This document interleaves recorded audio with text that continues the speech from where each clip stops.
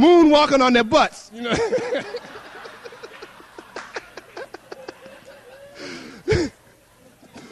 And but when Bobby came out for darshan that morning, as soon as I laid eyes on him, I started feeling ill.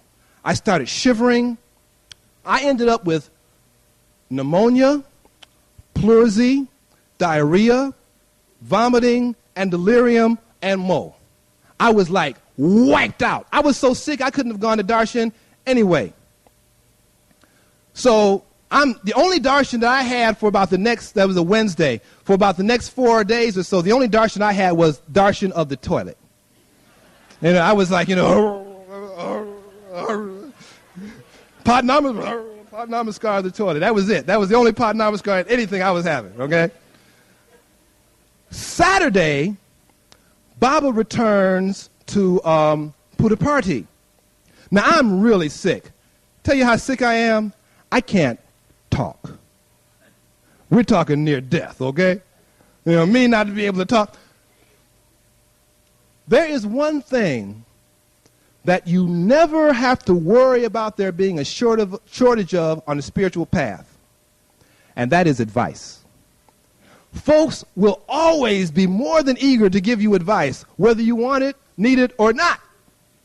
And here I am in this situation where I'm like, and so people are coming in there, and they're helping me, they're taking care of me, and they're advising me. Oh, you should go away. Baba doesn't want to see you. Oh, go to the Himalayas, find a cave to hide in, get up under a rock. Oh, go away. Bless you. And I'm like, I want to, but I'm like, Now, I'm your health nut, your vegetarian health nut type. I don't take medication, I don't take shots, and da-da-da-da-da. So first, they're trying to deal with my will in this subject, and so they're bringing in herbs, they're bringing a homeopath to try to help me out. Finally, they call in the allopath. He comes in with needle in each hand. Take these pills. I get well enough to return to Prasanthi Nilayam because I'm going to Prasanthi Nilayam, despite what all these people are saying. Well,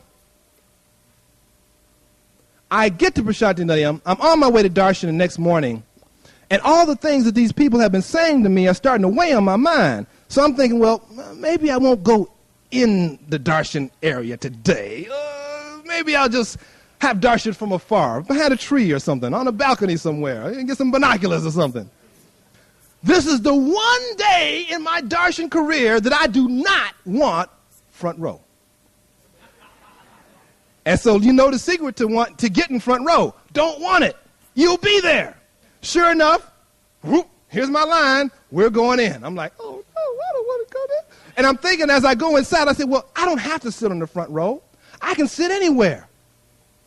So just as this thought occurs to me and I start to look, I'm going to go sit under one of those little awning things behind one of the poles. He's omnipresent, and he's omniscient, but he won't know that I'm behind this pole.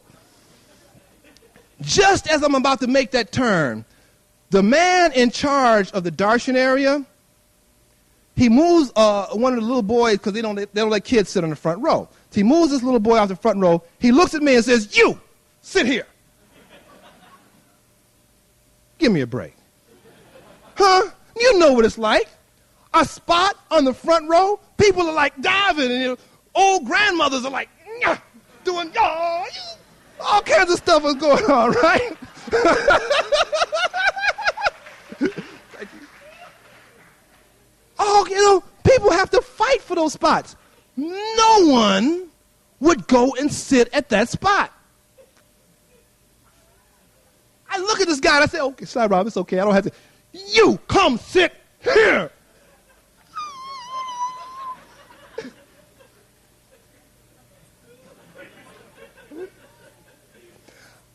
I must have did about 50 billion Sai-Ram, because I'm saying, okay, I can see it now. Baba's going to come out, he's going to see me, and he's going to have a stroke.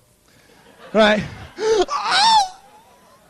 He's going to have the saber dolls come and chase me out with sticks.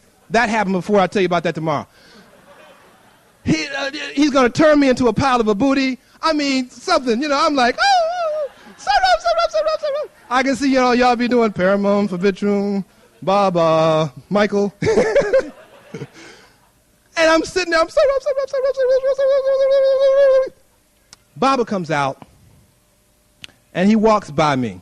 And just as he steps past me, he sort of gives me this look like, made you sweat, didn't I? I was so glad not to be a pile of a booty that from that point on, I didn't care where I sat for darshan. As long as I could have darshan, it was fine with me. This was warm-up part 2. Because then Baba put me on ice. And Jonathan was talking about how Baba will give you front row so he can walk, he can ignore you. If I got front row, I might as well have had last row. Because Baba would come out, and I'm sitting there. Baba would come, you know, just like you said, he da da da.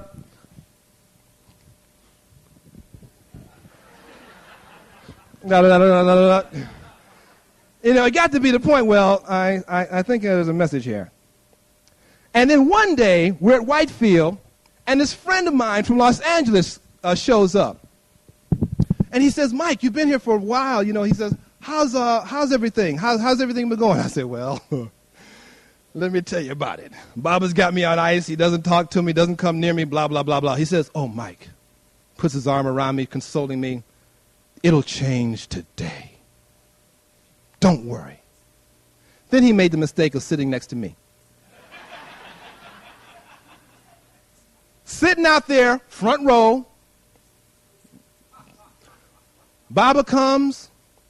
He stands at the top of the aisle, and he's like, you know. And he had this look on his face like, yeah. And he turns and walks away in disgust. And by this point, I'm used to this. Okay? It's like, it's even become somewhat comforting, you know? And I sort of turn to tell my friend, well, I told you so. And I look, and he's like, I'm like, I see his back walking.